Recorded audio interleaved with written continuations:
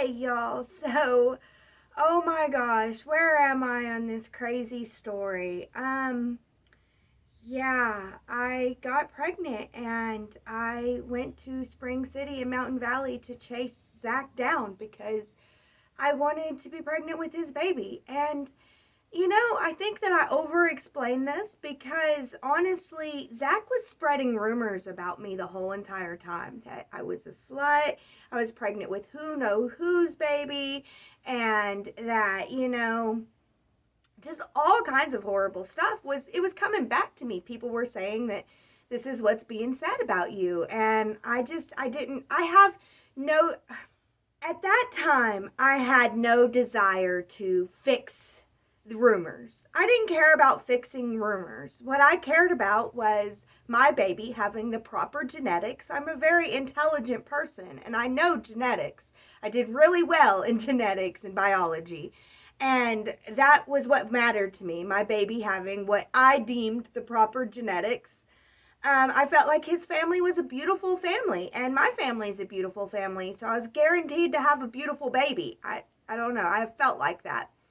Um, and yeah, I didn't care about fixing any rumors. That didn't matter to me at the time. What mattered to me was convincing Zach, this is your baby because it is your baby. It was your genetics that I was after, no other genetic. Even if I was a slut, it was your baby I was after.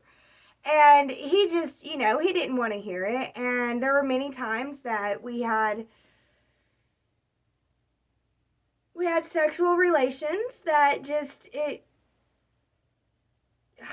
oh my gosh, I felt violated. I felt violated often with him, but at that time I wouldn't necessarily call it rape or anything. It was just like I would come over, he would take me, call me slut, slap me on the butt, and send me gone, kind of thing.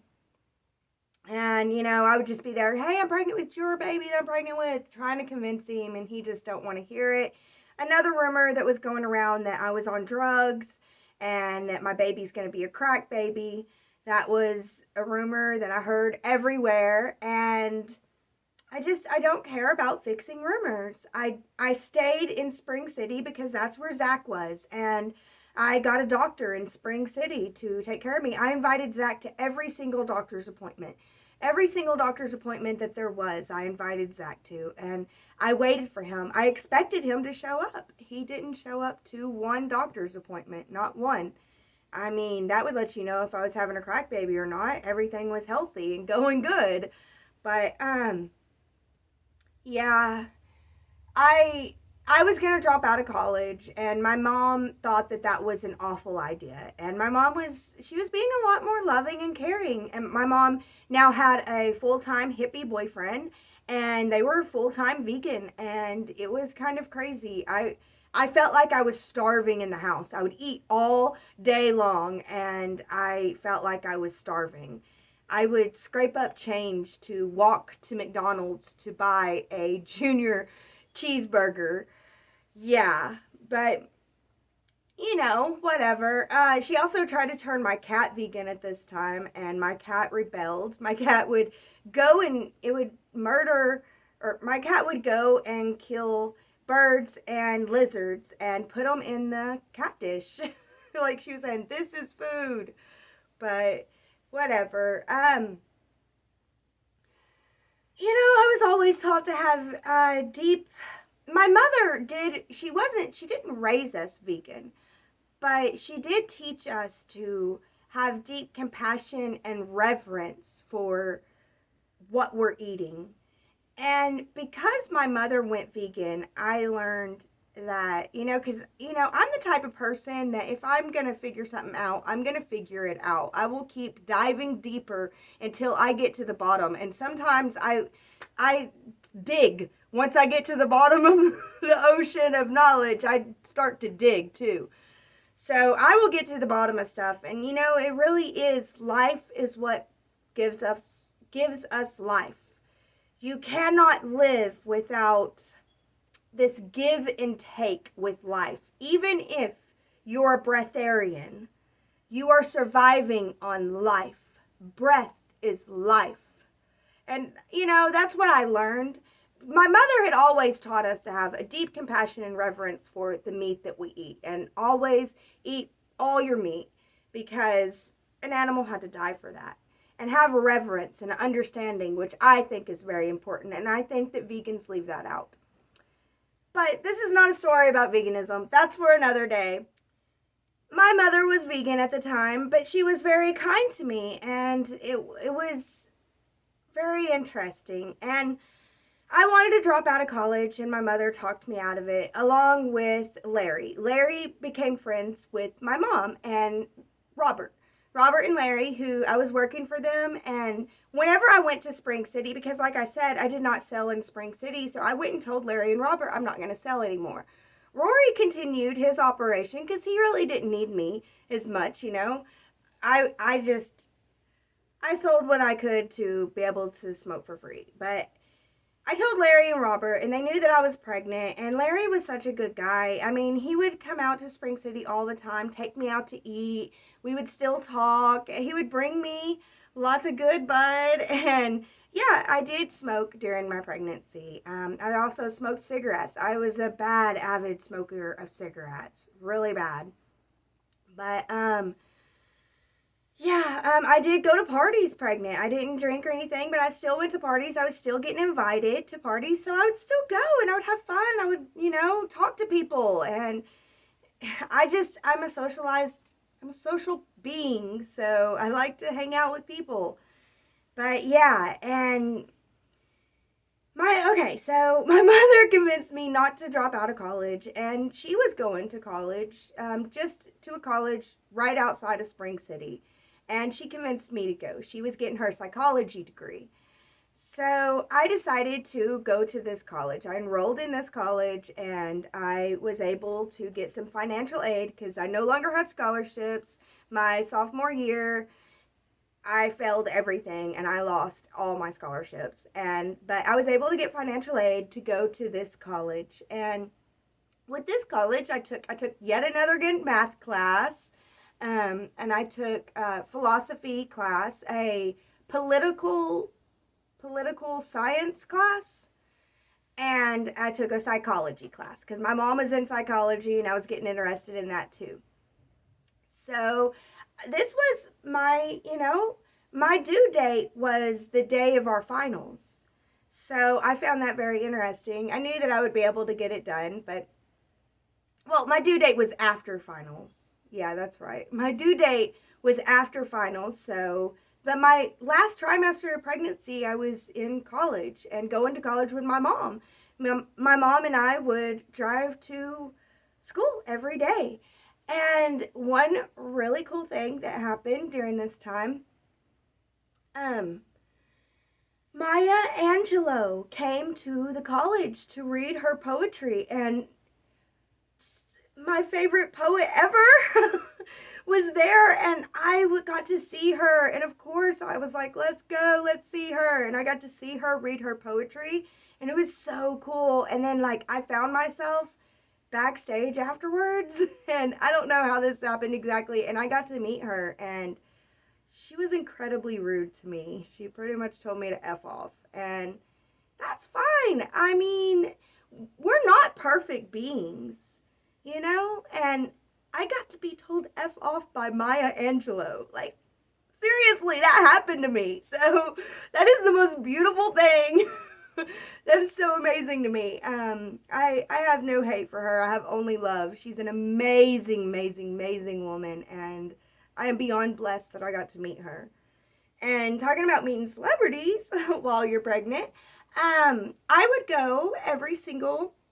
We had a theme park in Spring City. There was a theme park, and pretty much every single weekend or every single time that I had the chance, I would meet up with my friends and we would go to this theme park. And this theme park during the summertime would invite bands to come play. And I'm not into music that I love music. Like, don't get me wrong, I love music. I'm not into this band and this is the guy's name in this band and this guy's name. I'm not a fangirl for bands. And so I don't really know who these bands are or anything. And sometimes certain bands will be hanging out, and only if you're a fangirl you'll know them, which this band is like that. Slipknot. Slipknot, because they would have face paint. And I don't know much about bands, y'all, so please forgive me here. But they would have face paint, so if you don't know who they are, you don't know who they are. They were hanging out in the park that day. And that day, I was big and pregnant. I was really big and pregnant. And I was just like wanting a pickle. I'm poor. I'm poor, guys. I've always been poor. I've never really made much money. God provides for me. That's what I've learned. But anyway, I was going through the park. I would go through the park and I would ask people for a quarter so I could get a pickle. Because if I get 75 cents, I could get a pickle. Well, one of my friends, who she was like a total band nerd, she knew exactly who it was. She was like, oh my God, look over there. And I thought she was saying, oh my God, look, that guy's definitely going to have a quarter over there. So I walk up to him and I'm like, can I have a quarter for a pickle? I'm pregnant and I really want a pickle. And he's like, I'll buy you a pickle. I was like, really? Thank you so much. Thank you. Thank you. And he was like, you don't know who I am, do you? And my friend walked up behind me and she's like, I'm so sorry. And he goes, you know who I am, don't you? And she's like, yeah. And she's like, Misty, this is the lead singer of Slipknot. And I was like, no way. Well, he gets in line and buys me a pickle. And he's like, we're going to be singing tonight and then we're going to be at this hotel if y'all want to come and hang out with us. It's like, yes, of course we want to come hang out with you. My friend is like fangirling out. And yeah, of course. So we stayed, we watched the thing, and we went to the hotel. And yeah, it was such a big party. It was like everybody was partying, but me and the lead singer were sitting there. I don't even know his name. I still to this day don't know his name. We're just sitting there talking philosophy and all kinds of cool stuff, because I couldn't drink, and just watching the party go wild. It was pretty cool. I really enjoyed it. So yeah, that was a really cool thing that happened while I was pregnant. And yeah, I went to this college and I did really good. I aced all my stuff. At the end of my pregnancy, 2 weeks before my due date, I went to the doctor and the doctor said, you have a very, very, very healthy baby. If you make it to your due date, we're going to have to do a C-section, which means we're going to have to schedule it around your due date. Or we can schedule to induce labor this week. I'm like, this week? This is finals week. And he's like, yeah. And I'm like, okay. So I decide to schedule it on Wednesday and go tell my teachers that I need to take my finals on Monday and Tuesday. And just one teacher, my math teacher, my political science teacher, she loved me. In that class, this was the year that George Bush was running for president, and that fiasco happened, and I was a hardcore liberal. I was like, it was the second time George Bush ran for president.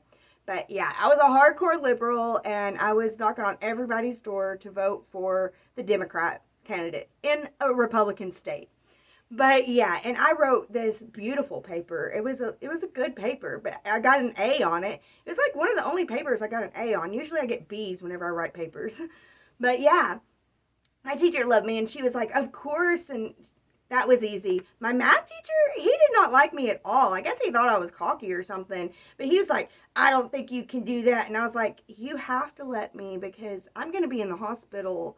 And it came down to, yes, you do need to let her take the test. And he was like, fine, whatever. And he gave me the test, and I aced that B. Whatever.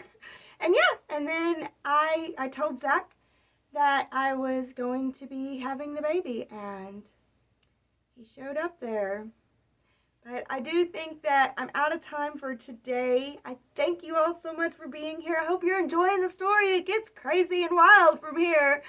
It's a big, huge mess. And I'm so grateful that I got to live it and experience it.